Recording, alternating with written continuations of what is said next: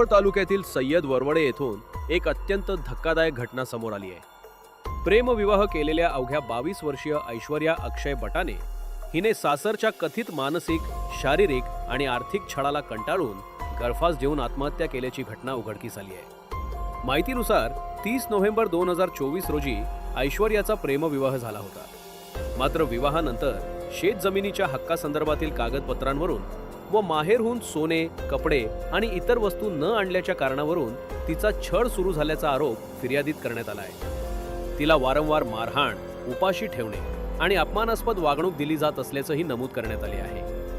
18 जून 2026 रोजी ऐश्वर्या आणि तिच्या अवघ्या 5 महिन्यांच्या बाळालाही मारहाण करून घराबाहेर काढल्याचा गंभीर आरोप आहे। या प्रकरणी पती, सासू, सासरे आणि एका नातेवाईकाविरुद्ध मोहोळ पोलीस ठाण्यात गुन्हा दाखल करण्यात आला आहे।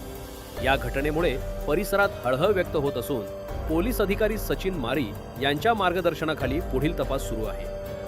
आरोपींवरील आरोपांची सत्यता तपासातून स्पष्ट होणार आहे।